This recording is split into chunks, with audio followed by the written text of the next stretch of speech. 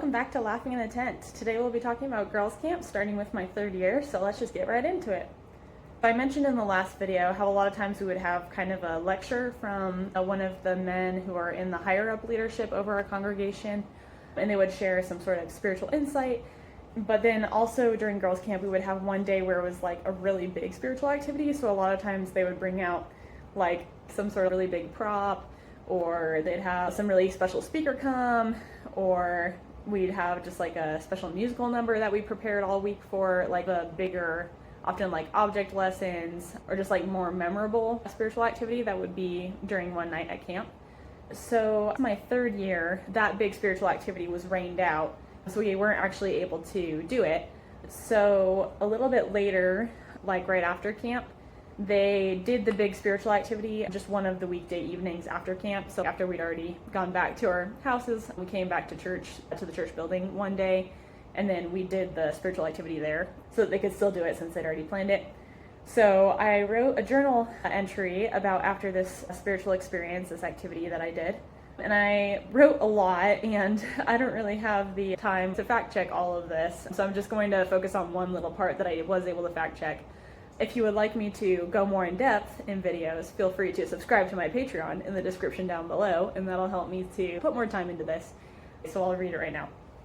So while I was at this spiritual activity, they told us the story of John Moyle. So it says, a stonemason working on the temple fractured a bone in his leg and had to have it amputated by a bucksaw on a table. And when he healed, he made a wooden leg and strapped it on, and he learned to walk with it, and at age 70 again walked the 22 miles to work on the Salt Lake Temple. He's the one who carved the words, "Holiness to the Lord," after his leg being amputated. It was a very inspiring and spiritual story, and I thought, I want to have determination, faith, and obedience like that. So that's something I wrote when I would have been 14. And anyway, it's just a crazy story. So I guess when he was like in his 70s, he was helping build the Salt Lake Temple, which is still standing in Salt Lake. He got his leg amputated, and then he still didn't think that was a good enough excuse to stop, so he kept walking 22 miles to the temple every day to do his work. Anyway, crazy story, and crazy that my takeaway as a 14-year-old is, gee, I want to be like this 70-year-old man who got his leg amputated in pioneer times and then still walked 22 miles. Anyway.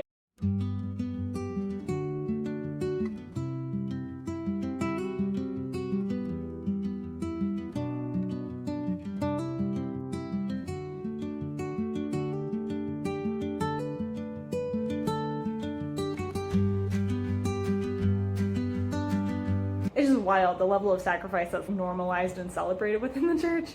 So I just thought that was really interesting. It's just, if you're having that kind of lesson, then is it any wonder that a lot of members suffer a lot on behalf of the church? For me, I've mentioned in previous videos that I have OCD. That was something that I really struggled with growing up, because I would always try to be better and better at being a Mormon, and just trying to always just be more obedient and go more above and beyond. And it was really bad for my mental health, and it honestly kind of wrecked a lot of my teenage years. It isn't any wonder that I did that when we're getting these messages about, if you're 70, you lose a leg. Hope you don't see that as an excuse, because, like, you know, work hard, or anyway, it's just crazy. It's crazy, the levels of self-sacrifice. So yeah, that was the first thing I want to share.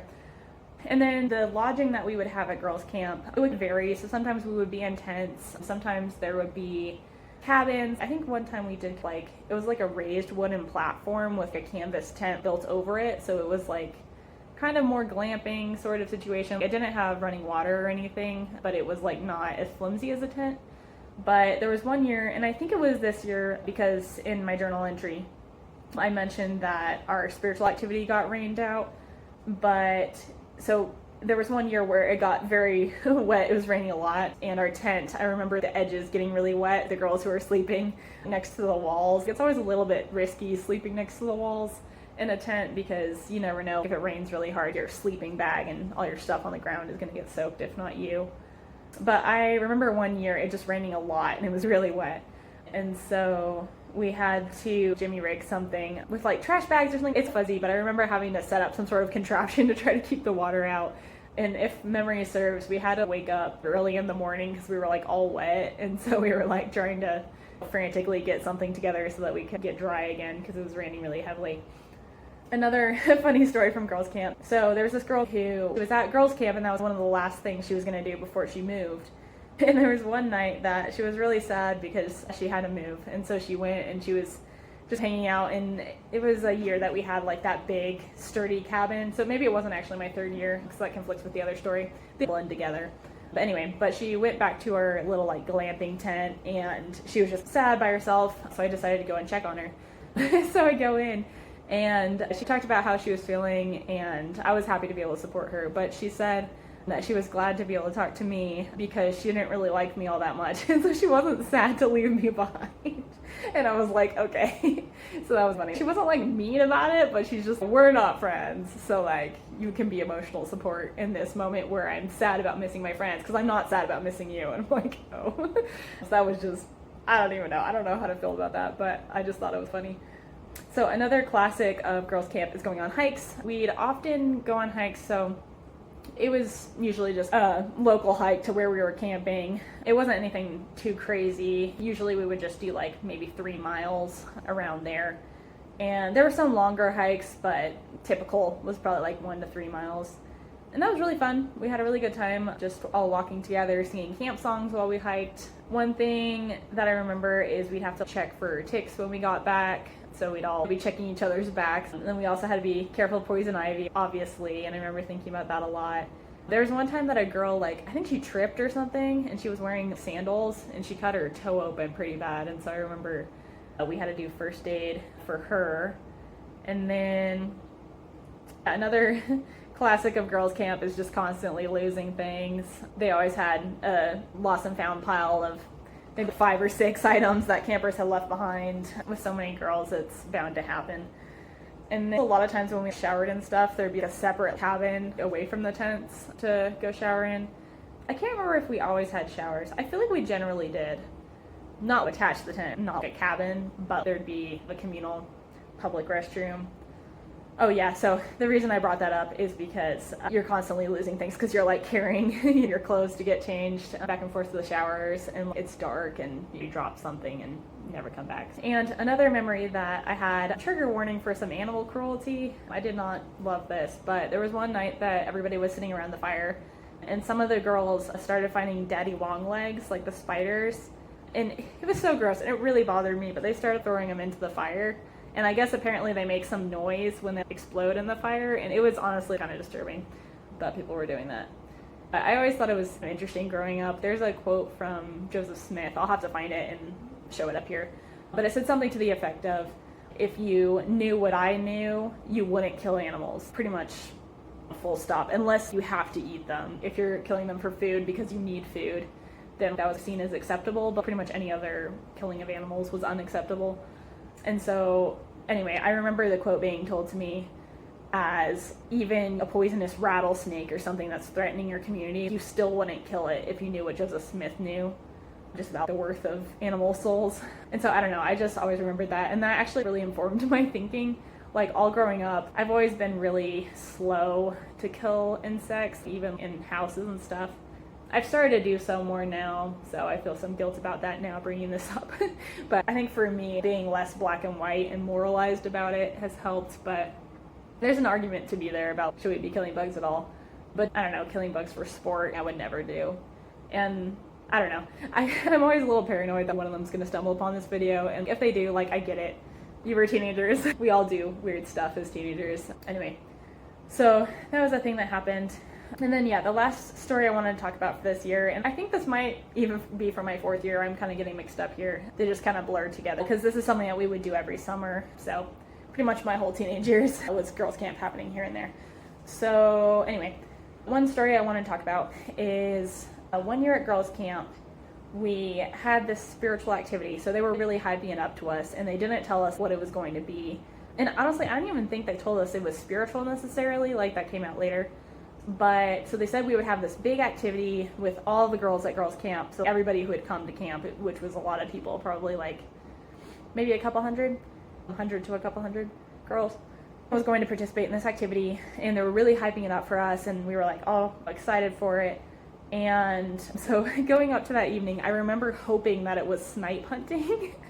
So I'd heard a rumor in my earlier years of girls camp that some of the girls would do an activity called snipe hunting, where I think you would get like a pillowcase and you'd like go in the woods and try to like hunt this mythical bird or something. I honestly don't even really know what it is, because like I always heard rumors of it and like other people would do it, but then I'd just hear about it and I never actually did it, so I always kind of wondered what was that about.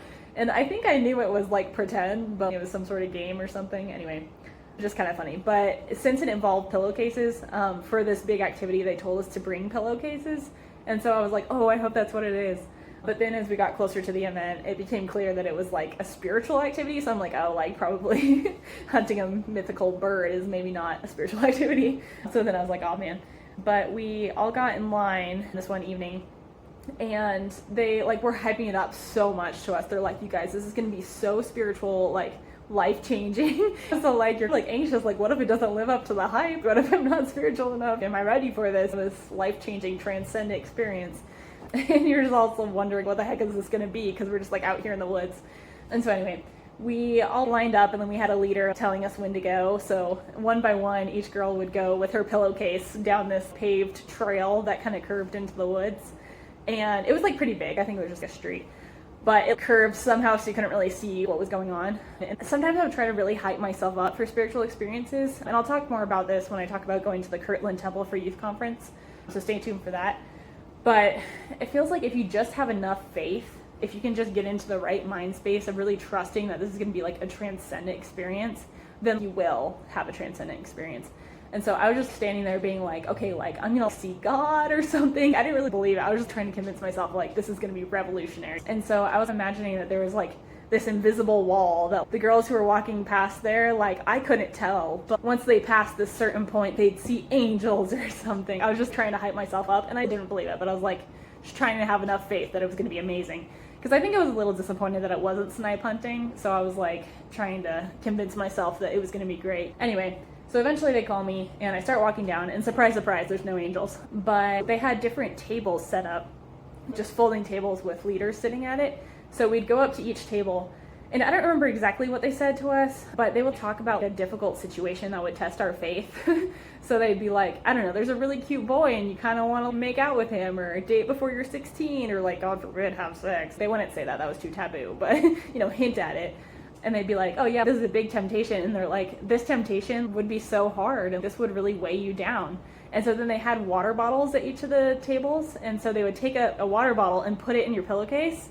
And so then you'd go to the next table and they'd say, you're tempted to try drugs or something. And they give you a water bottle and put it in your pillowcase. And so you go down to all these tables and they'll just say various temptations or just hard life circumstances that you'd have to go through. And they give you a water bottle. And so you're just loading up with these water bottles. And by the end of it, it's like a legitimate, like very large number of water bottles. And you have your pillowcase that's just full to the brim with these full water bottles. And it's heavy and super clunky to try to carry around. And then everyone's trying to get to the end of the trail where there's this big field and everyone's gathering for a spiritual debrief kind of thing. So I remember I was walking along and it was just so heavy, and I was just telling myself, you can do this. And I think I was trying to make something spiritual out of it. I wasn't really feeling the vibe, but I was like trying to convince myself that this is so spiritual. Anyway, but then at one point I dropped my water bottles and they go all over, and I'm like, oh man, I was so close. But then that's when the really spiritual moment happens, which is that your bishop, who's the leader of the congregation, runs over to you and he picks up all your water bottles and puts them in the bag, and he picks up the bag of water bottles for you and he carries it, and then the girls have to help carry the pillowcase. And so I just had to hold on to the little corner of fabric while my bishop held the whole pillowcase full of water bottles. And so we get over to the field and they explain to us that like kind of the concept they were going for is that in life we'll have lots of temptations or lots of challenges that we have to deal with, and sometimes they can weigh us down and we can't do it on our own. Eventually we're going to drop the water bottles. But our bishop was representing Jesus Christ in that he would run over and he would immediately come to help us as soon as we needed help. The second we turned to him, he was ready to come help, and he would carry all the water bottles for us, all of our trials and temptations. And the part about us holding the pillowcase meant that we still have to do our part. So Mormons don't believe, like, it's complicated. They don't technically believe in being saved by grace. They kind of do and they kind of don't. I think the way that an active Mormon would explain it is probably something to the extent of you're saved by grace, but only if you accept it. And the way to accept it is by trying to be like Jesus. So it's kind of like the whole idea that faith without works is dead. So it's like, in order to show your faith, you have to be like being a good Mormon, essentially. So it's not being a good Mormon that saves you, but it's like being a good Mormon brings you to Jesus, and Jesus is who saves you. But it can get really complicated, and it a lot of times gets pretty works focused. But I think that's how they would explain it doctrinally. But anyway, so that's why I had to hold on to the little piece of the pillowcase, because I was doing my part. My part is the best I can do. And once I've done the best I can do, then Jesus does the rest, you know. And that's like a whole can of worms we could go into of what is my best? What if I can't do my best? What if I know I can do better, but I keep making mistakes? Then like, I'm not good enough to even get to the point where Christ would help me. And there's a talk by Brad Wilcox called His Grace is Sufficient. That is just a classic, incredibly famous talk that addresses that duality. So highly recommend reading that if you're interested in the whole works versus grace thing in Mormonism. But I will say that most people don't really think the way that he presents in that talk. A lot of people are much more works focused, but everyone loved that talk because it was emphasizing grace over works. I will say Brad Wilcox has had some really problematic racist comments, so I don't endorse his work at all, but I do think that he does a good job of explaining the duality of faith and works and grace and all that in that talk, His Grace is Sufficient. So if you're interested, highly recommend reading that just to understand some of the context. So anyway, felt really emotional, and a lot of the other girls also felt really emotional of like, my bishop saved me, Christ saves me. And so it was very personal, and I think really reinforced people's belief in Jesus. And again, obviously, like, I'm an atheist, so I have different views on Jesus now.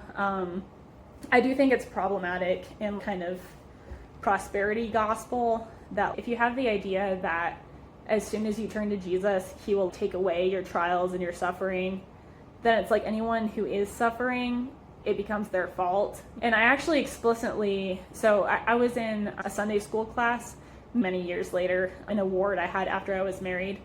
But a woman in that class, she was the wife of one of the high counselors, I think they're called. Anyway, one of the more respected leaders in our community, his wife was talking about how she saw a homeless man holding a sign that said hopeless, like anything helps, right? And she was saying, actually, he isn't hopeless because like when we have faith, we can have hope in Jesus Christ. And then she said that she didn't give him any money or anything, and she felt bad about it, but no one else was giving him any money. So like she just kind of went on her way. And that really bothered me. I like walked out of that Sunday school so I could just calm down for a minute. But I don't know, there's just this idea. An active Mormon will probably not tell you that they believe in prosperity gospel meaning that if you're righteous, that like all things will work out in your life and you'll have money and happiness and nothing bad will ever happen. An active Mormon won't say that they believe that, but just the way that they talk about things, it's clear that is very much part of the cultural consciousness. Like how that woman was saying, when we have faith in Jesus, we're not truly hopeless, and like, I don't know, it just felt like she was saying that homeless man was wrong. He's basically being a sinner for saying he's feeling hopeless. And it's like, I'd probably be feeling pretty hopeless too if I was starving and resorting to asking strangers for money so I could, and I don't know, I feel like, back to the girls' camp thing, it's a nice idea and was well-intentioned that if you're struggling, you can immediately reach out to God and he will help you.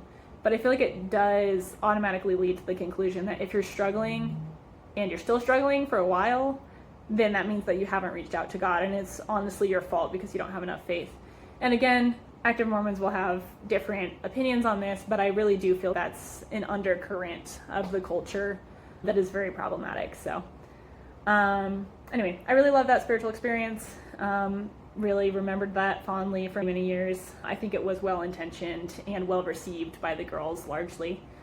So yeah, just some things to think about, interesting points about culture. So I think that's it for that year. Don't get too excited. I might have to do more parts. But anyway, hopefully you guys enjoy. And yeah, I'll be back with, what part are we on now? Is this part 3, I think? So I'll be back with part 4. Please remember to like, share, subscribe, support my Patreon if you're able to. Would really appreciate it. I put a lot of time into making up funny names for the tiers, different donation amounts, so check that out. Even if you don't donate, go to my Patreon just to see all the funny names, because I put a lot of inside jokes, so would recommend. Anyway, so yeah, thanks for stopping by, and I'll see you next time. and remember to keep laughing.